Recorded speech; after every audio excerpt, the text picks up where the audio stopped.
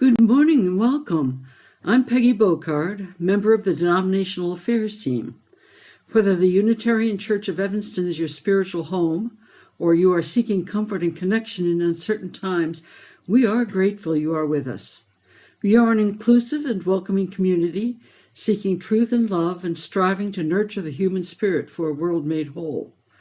We are guided by our principles and values, which remind us in every moment and through every challenge that each of us matters, and that we are all connected through the vast and beautiful web of existence. Together, let us remember our oneness, our kinship with one another, and may we hold one another in heart and mind with tenderness and careful attention.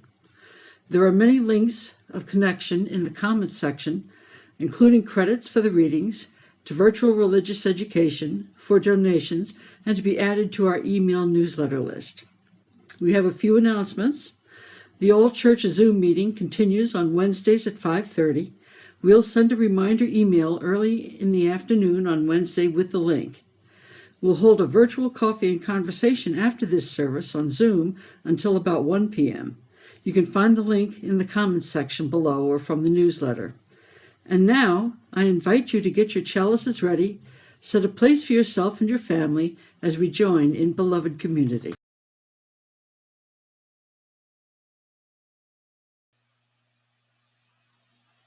Good morning, all.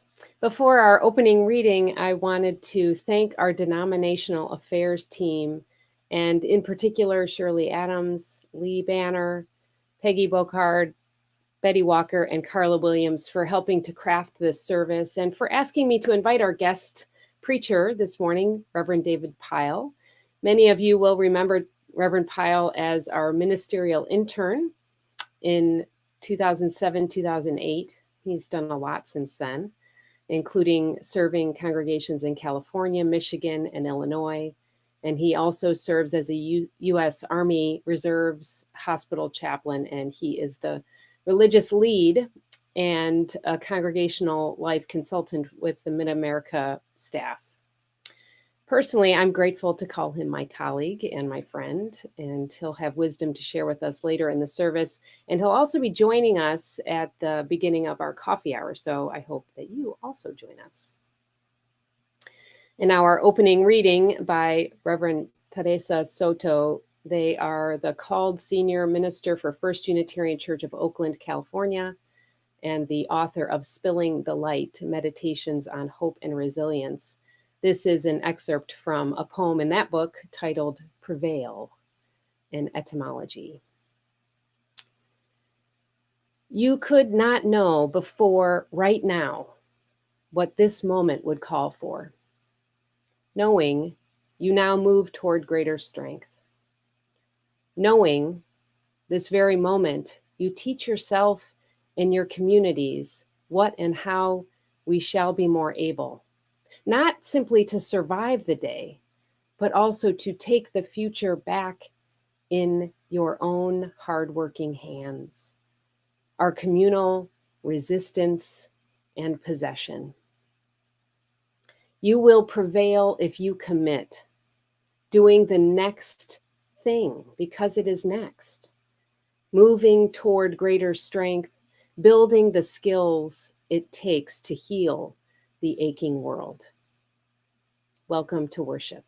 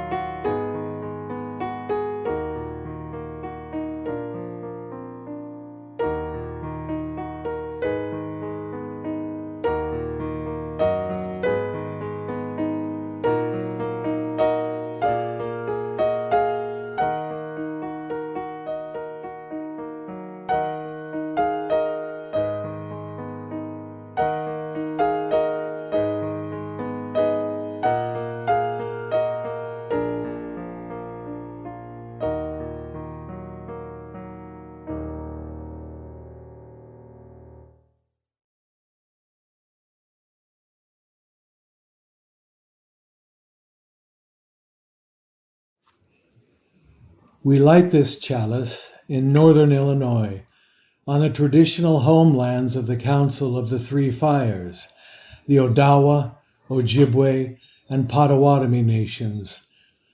Many other tribes, such as the Miami, Menominee, Ho-Chunk, Sac, and Fox, also call this area home.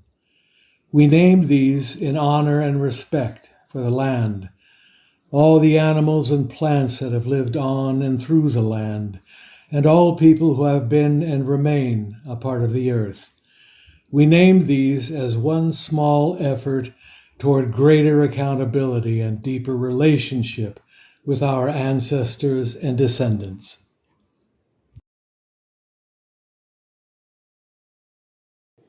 Please join in saying these words by Charles F. Flagg. Every endeavor begins with the first step and encounters darkness and difficulty along the way. We know the darkness of ignorance, of fear, and of tyranny. Yet we know the dawning of the light, the beginnings of hope, and the renewal of life. Blessed be the eternal power which inspires us to kindle this light. Blessed be the source of light and of life. Amen.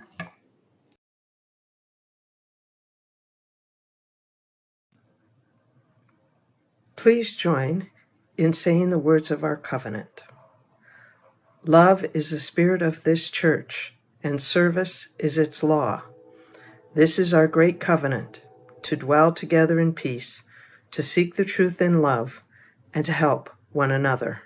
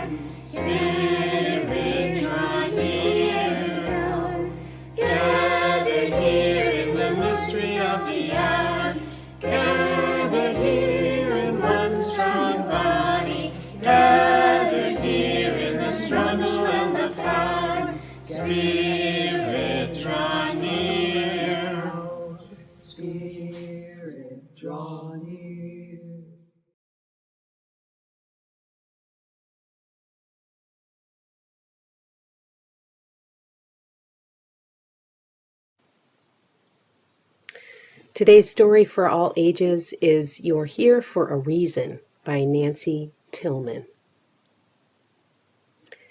You're here for a reason. You certainly are. The world would be different without you by far. If not for your hands and your eyes and your feet, the world, like a puzzle, would be incomplete. Even the smallest of things that you do blossom and multiply far beyond you. A kindness, for instance, may triple for days or set things in motion in different ways. It travels much further than you'll ever know. Under the treetops, over the snow, till it's wandered and fluttered and floated and twirled, making things happen all over the world. You're here for a reason. It's totally true. You're part of a world that is counting on you. So don't be too worried if some days fall flat. Good things can happen even from that. Life can be tricky, there isn't a doubt. You'll skin your knees trying to figure it out.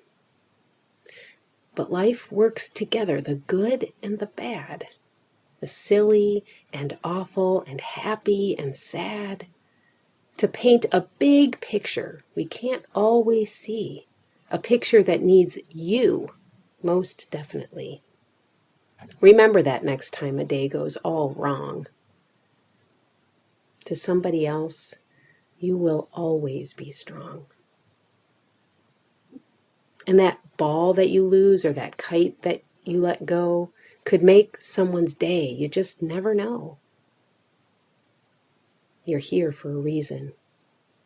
If you think you're not, I would just say that perhaps you forgot. A piece of the world that is precious and dear would surely be missing if you weren't here. If not for your smile and your laugh and your heart, this place we call home would be minus a part. Thank goodness you're here. Thank goodness times two. I just can't imagine a world without you.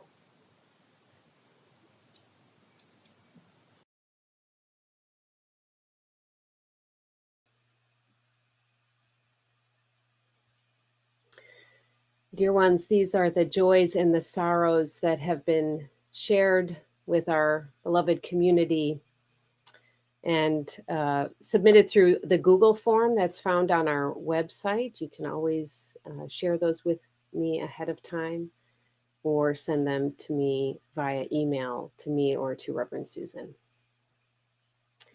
I want to start by sharing a joy about our first ever parking lot pop-up sale. It was so good, and many of you have said this in the chat. It was so good to see folks. It was so good to be present with one another, to see brand new members joining us, to see people in the community who are eager to join us when we return to the building, and to see longtime members, including Dave Woods. That was really so tremendous to see him there. It was hot, but we all survived. And Nick the balloon guy was there too, which was really fun.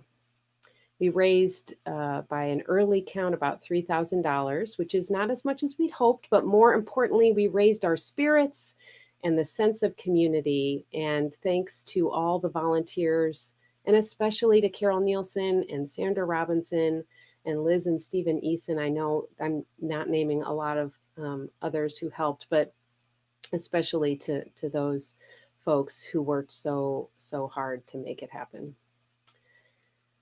And joy from Kristen Larson and Craig, who lit our chalice this morning. Tomorrow, we celebrate our shared birthday with close and fully vaccinated family and friends in our backyard. We are so excited to see their faces without masks. From Andy Fisher, this was actually from last week that I didn't get it quite on time for the service, but a sorrow for all Palestinians killed and injured by weapons made here in the U.S.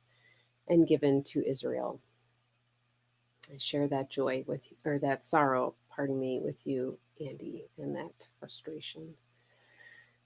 From Carol Nielsen, many may remember John and Lois Heimbaugh. They used to be members of this congregation. They moved to Tucson several years ago. We heard recently that John had a very serious stroke. He is not doing well. Cards would be appreciated. You can contact Carol Nielsen or Barb Seifried for the address to send those cards. We know that these are not the only joys and sorrows that are on our hearts and on our minds in this community that is beyond walls. We take a moment now to hold together all those unspoken joys and sorrows. If you'd like to enter something into the chat to share with this community at this time, we'll take a few moments to read those and hold those together. And if you are so moved, say aloud the names of those who you are thinking about and holding close to your heart, those who are sick or who have died, as we let their names gather on the winds to be held in this community that knows no walls.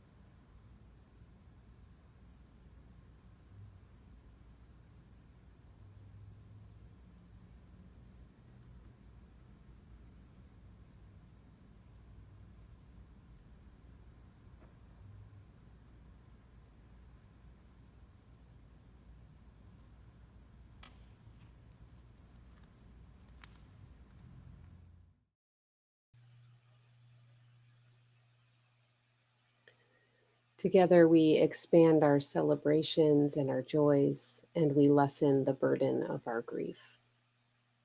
I invite you to join me in the spirit of prayer and meditation. This is written by Jane Jepka. O Spirit of life and renewal, we have wintered enough, mourned enough, oppressed ourselves enough. Our souls are too long cold and buried, our dreams all but forgotten, our hopes unheard. We are waiting to rise from the dead. In this, the season of steady rebirth, we awaken to the power so abundant, so holy, that returns each year through earth and sky. We will find our hearts again and our good spirits. We will love and believe and give and wonder and feel again the eternal powers. The flow of life moves ever onward through one faithful spring and another, and now another. May we be forever grateful. Alleluia. Amen.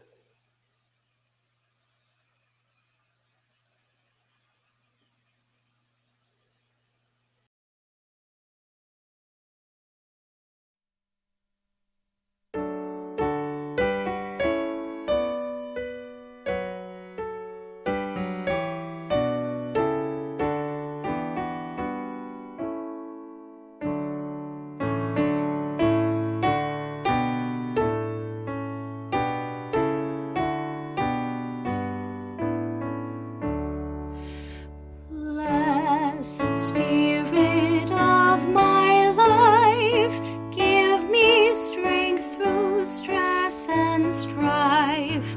Help me live with dignity. Let me know serenity. Fill me with a vision. Clear my mind of fear and confusion. When my thoughts flow restlessly, let peace find a home in me.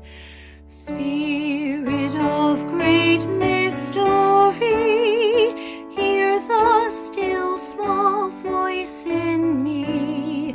Help me live my wordless creed as I comfort those in need. Fill me with compassion, be the source of my intuition. Then when life is done for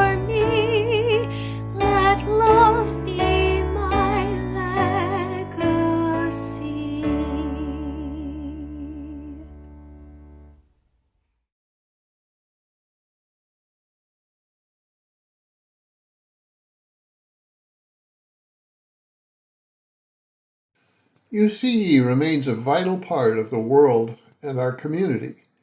And because we continue to need one another in the blessings of community, we take this time to invite you to give to our shared plate. Today's offering will be shared with UUPMI, equipping UUs in Illinois to transform institutions and support people harmed by the prison industrial complex. You can text to give, send in a check, or give from our website. If you send in a check, please indicate in the memo line if your check is for the shared offering, pledge, capital campaign, or some other giving. Please give as generously as you are able, and may what you give bring you joy.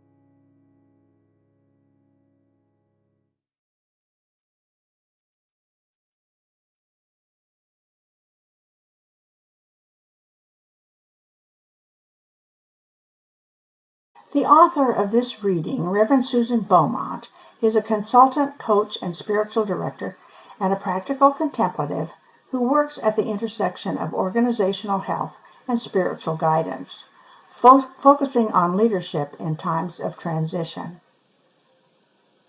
We are in a liminal season, stuck between an ending and a new beginning. The pathway forward is not knowable. The way we did church even 2 months ago is done. We have literally been thrown out of our buildings by a pandemic. We can reassure people and ourselves by pretending the disruption is temporary. We will resume all normal activity soon. That reassurance is not helpful or truthful. No one knows what normal looks like after sheltering in place.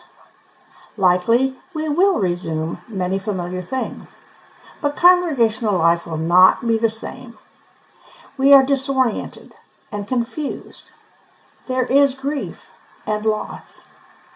This season requires a different leadership stance. Our actions must originate from a new center, a less busy and more yielding, soulful place.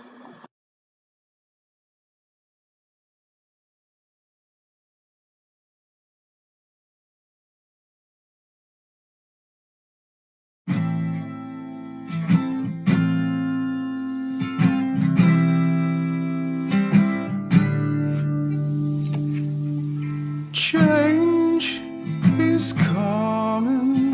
What do we need to imagine? Change is coming. What do we need to imagine? 'Cause I know from brokenness there's hope. I know from brokenness there's hope. Change is coming. What do we need to imagine? Change is coming. What do we need to imagine? To be prepared. I know I'm scared to be prepared. I know I'm scared, and I know from brokenness there's hope. I know from brokenness there's hope. Change is coming. What do we need to imagine? To be Change is coming. I What do we need to imagine? 'Cause I know from brokenness there's hope. I know, yes, from brokenness there's hope, and I know Change is coming. What do we need to imagine? Change is coming. What do we need to imagine? Change is coming. What do we need to imagine? Change is coming. What do we need to imagine? 'Cause I know from brokenness there's hope. I know from brokenness there's hope. Change is coming. What do we need to imagine? Change is coming. What do we need to imagine? 'Cause I know Change is coming. I know What do we need to brokenness there's hope. imagine? I know Change is coming. I know What do we need to brokenness there's imagine?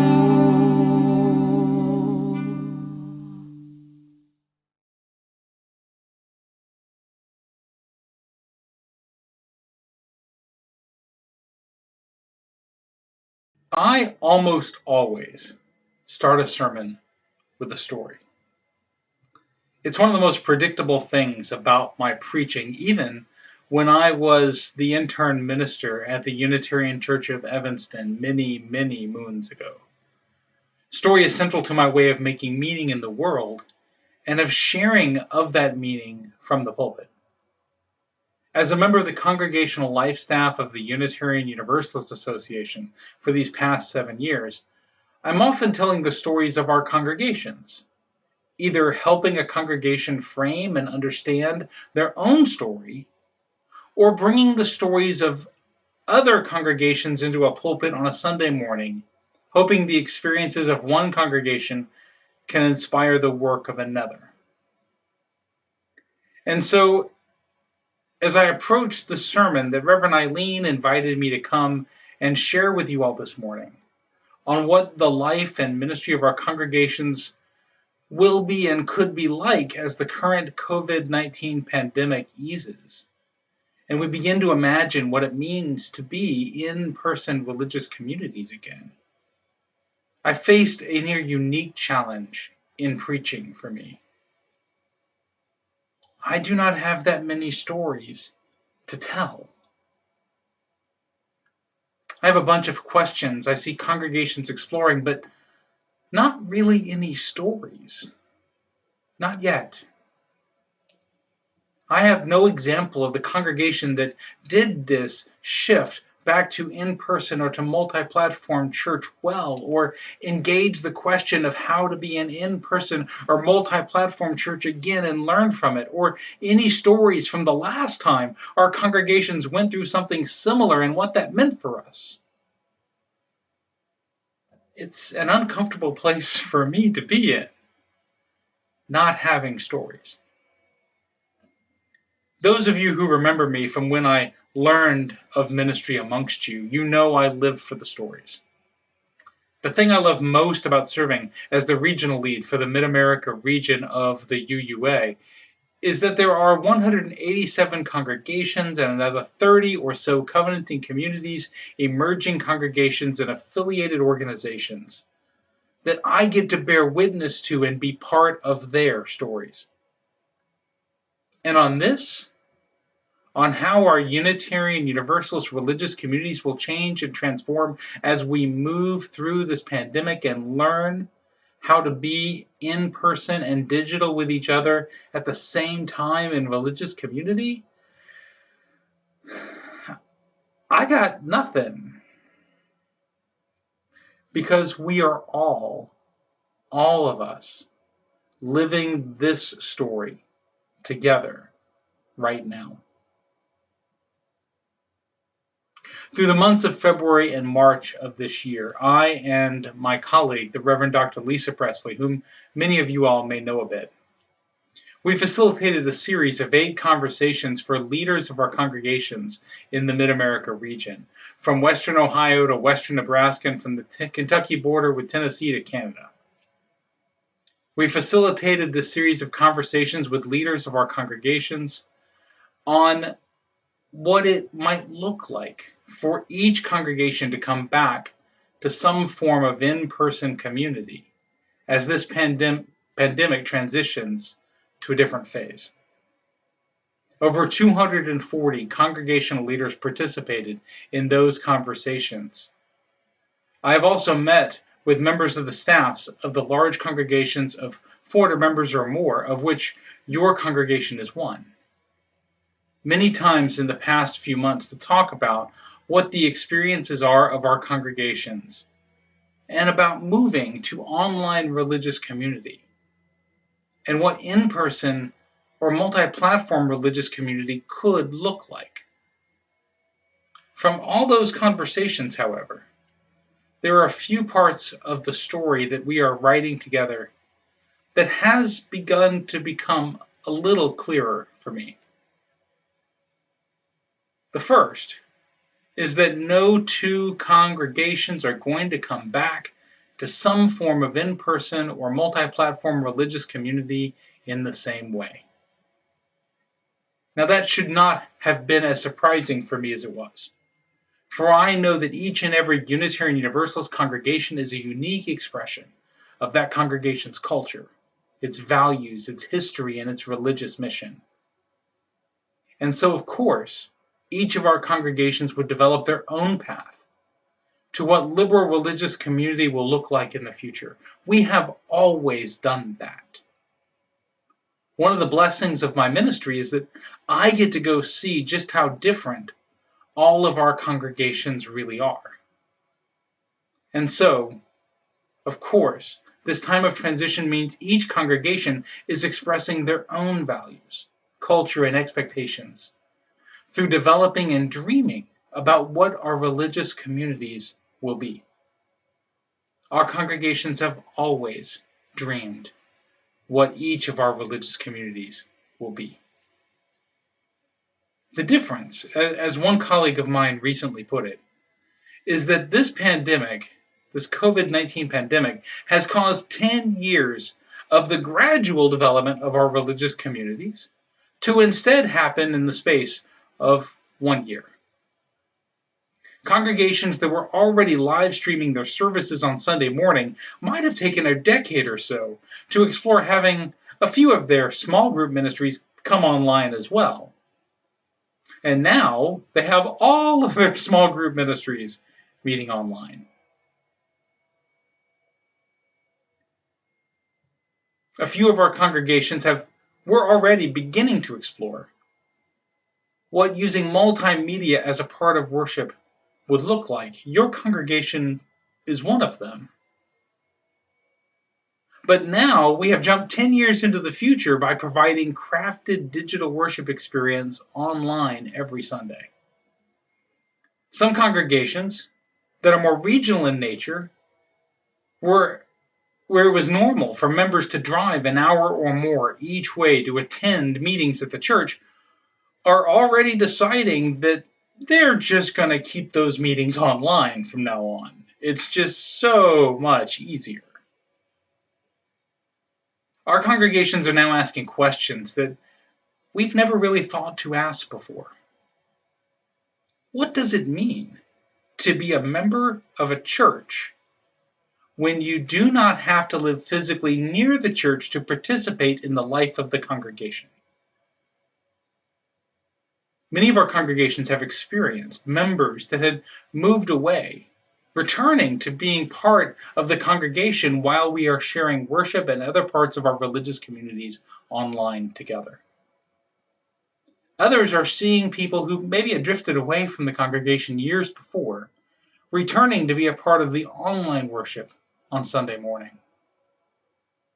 And at least one of our congregations has seen a significant membership growth among people who live outside of the United States and are asking themselves how their church community can truly become multi-platform, both in person and online at the same time, so that these new members of the congregation can be included in all parts of the life of the church.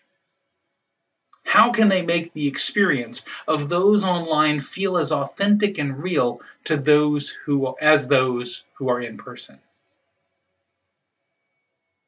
Another congregation has shared about their own exploration of what consent means when it comes to religious community during this time of pandemic. I don't know about you, but I've always been a bit huggy as a person and a minister. And one of the learnings that I had when I was an intern minister at your congregation at Evanston was that I needed to be clear about consent when it came to hugs, to get permission, to get really clear, explicit permission, and give people the ability to say no. As one congregation has been exploring what it would mean to come back in person, they are also exploring whether to give members and friends the intentional space to refrain from hugging and casual touch, not simply because of the possible risk of transmission of this disease, but in recognition that a year of quarantining and limiting contact has really changed many of us, and made many, myself included, far more sensitive than we might have been before about our own physical boundaries and the need for space between us and other people. I know I'm far more reserved about touch than I was even a year ago. And it was great to hear a congregation exploring how to include all of those who have changed in this way, like me, during this time.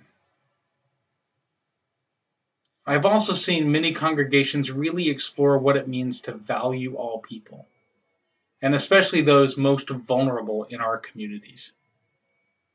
Some congregations have made the commitment that they will not come back together to in-person religious community until everyone, or nearly everyone in their religious community, has the ability to be vaccinated. Other congregations are exploring how to prioritize the ability to be in person, at the church on Sunday morning or for other programming, how to prioritize being in person for those for whom attending worship or other online events is more difficult than for others. Still others are looking at how they can center the needs of the members of the community who are at greatest risk from this disease, rather than the needs and desires of those of us like me who are now fully vaccinated and for whom coming back together in person would be far less risky. In all of the decision-making of the congregation that they are doing about when and how to reopen to in-person religious community.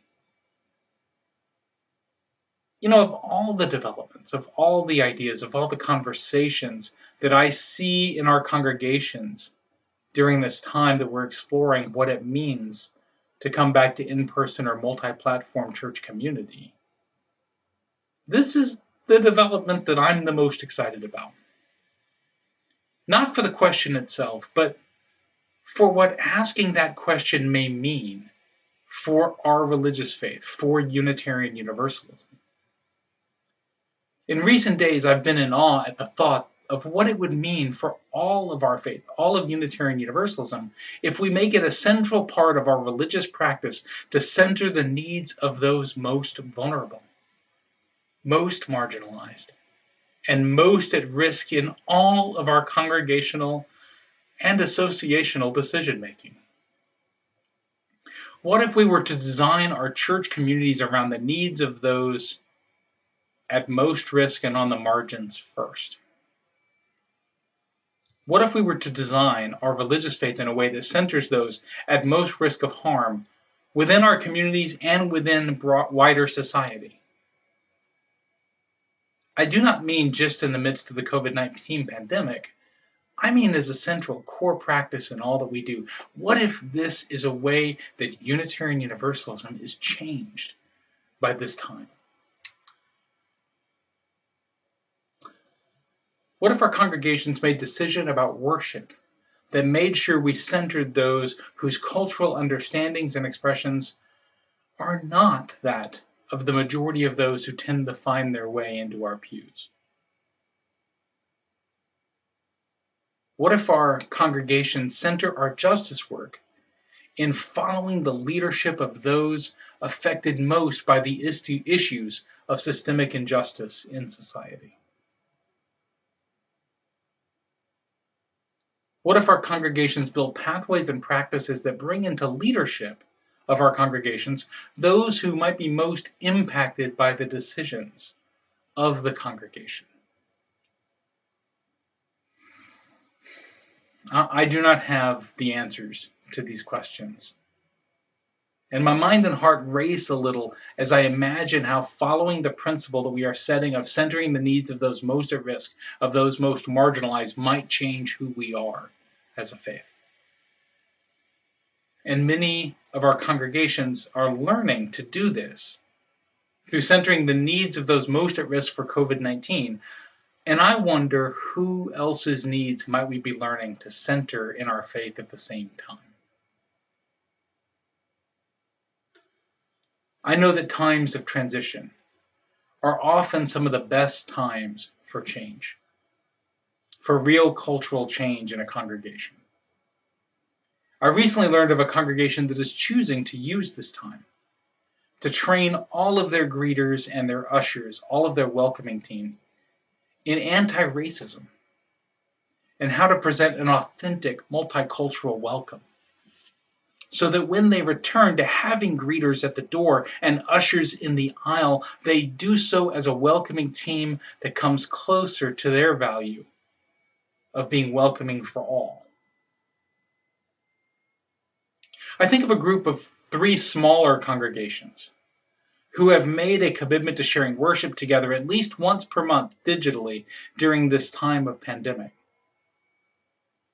both at home and with small groups meeting in their sanctuaries. They share readings, joys and sorrows, and invite a Unitarian Universalist minister to come and present a sermon to all 3 congregations, and then they have breakout rooms during coffee hour for conversations on the sermon and to get to know one another in each of these other congregations. I was with them in worship a couple of weeks ago, And what struck me is how much they have come to know and to love one another across these congregational lines. They told me that they plan to continue sharing worship together, at least once a month, even after this pandemic subsides. I think of another congregation that is investing in a good outdoor sound system and all the other necessities to have worship outside on their property. Now, I know I did that once in one of the congregations I served as a minister, and not only was it fun, it really was fun, but the people in the community talked about it for weeks afterwards. The Unitarians all out on the lawn having church. Some people stopped their cars and listened to the sermon. I wonder what it would mean if our congregations took our religious message out onto the streets in this way, out of our sanctuaries and into the sanctuary of the earth. Out where our friends and our neighbors can see us living the beloved community. And some congregations have struggled through these times. For a few congregations I know that were experiencing some conflict prior to the pandemic, and maybe there was conflict in the system that hadn't come up yet. That conflict continued after the pandemic took the church digital. For relationships can indeed be harder to build and maintain online. Trust can be hard to build and maintain online. Covenant, the commitments we make to one another, they can be harder to live when we cannot be in person together. And so, some congregations really have struggled through this time. But what I have also seen is that more than a few of our congregations that realized building covenantal relationships would be more difficult during the time of a pandemic. And when we were meeting together on Zoom, have chosen to be really intentional about building and strengthening their relationships. Many say that they have met members of their congregations during the pandemic that they might never have met before our religious lives entered the cloud. And that when we are able to be back together in person with one another, or even in a multi-platform reality, we will have new friends that we are seeing in person for the first time. I don't know what church, what religious community will be like, and there are no stories, no examples that will tell us, because we're all living this story right now. We're all in the moment of creation together. I do know that church will not be like it was before. It will be different. Because we are different. We, each of us, we have changed. Perhaps even in ways we cannot see just yet. And since the religious communities we create are reflections of who we are, those religious communities will also be different than they were before. We will need to grieve the loss not only of friends and loved ones that we may have lost during this pandemic, but we are also going to need to grieve that the church we knew will be different when we return to the buildings that we call the church. But those buildings were never really the church. This time has taught us more than anything else, that we the people, we are the church, not the buildings. Some of the things we used to do to be a part of our congregations may not return, or may return in some very different form. And that will also be a loss that we will need to remember, to share, and to let go. But the lesson that we, not our buildings, that we are the church, that is a learning I think will fundamentally shift who we are as a faith. From watching the creative thinking of our congregations through, I can honestly say I am excited for what is to come. If we can approach the coming months and years with a spirit of creativity, with a spirit of love, and with a spirit of building again anew, I believe in my heart that we will build religious communities and a religious faith that is true to our sense of mission, in tune with our values, and more welcoming to all. I cannot wait to see how you, the Unitarian Church of Evanston, write your part of that story. So may it be, blessed be, and amen.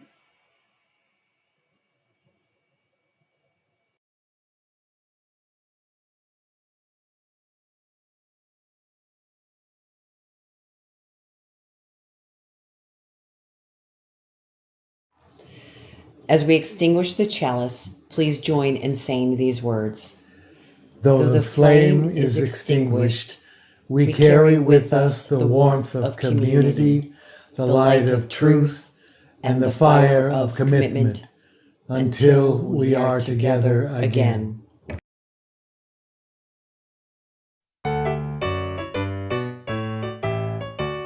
We come from the fire, living in the fire. Go back to the fire, turn the world around. We come from the water, living in the water. Go back to the water, turn the world around.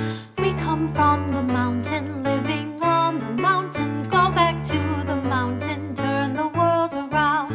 Oh, so is life. Ah, so is life. Oh, so is life. Ah, so is life. Do you know who I am? Do I know who you are? See we one another clearly. Do we know who we are? Do you know who I am? See we Do one I another know clearly. Do we know who who we you are? are? See we one another clearly. See we one We another know clearly. Do we know who we are? are? Oh, so is life a party. So is life. Oh, so is life a party. So is life. Water make the river, river wash the mountain. Fire make the sunlight, turn the world around. Heart is of the river, body is the mountain, spirit is the sunlight, turn the world around. We are of the Spirit, truly of the Spirit. Only can the Spirit turn the world around. Oh, so is life a mighty one. So is life. Oh, so is life a mighty one. So is life. Oh, so is life a mighty one. So is life. Oh, so is life a mighty one. So is life.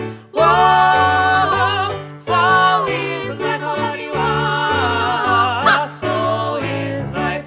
Whoa, so is life a mighty one. So is life.